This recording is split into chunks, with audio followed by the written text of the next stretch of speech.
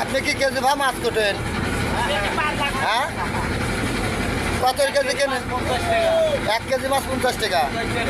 এখানে তো আছে পরে 3 কেজি। তাহলে আপনি তো লাগান 1.5 কেজি, 150 টাকা তো আপনি কামাই করে দিচ্ছেন। মাছগুলো 10 কিলো হবে।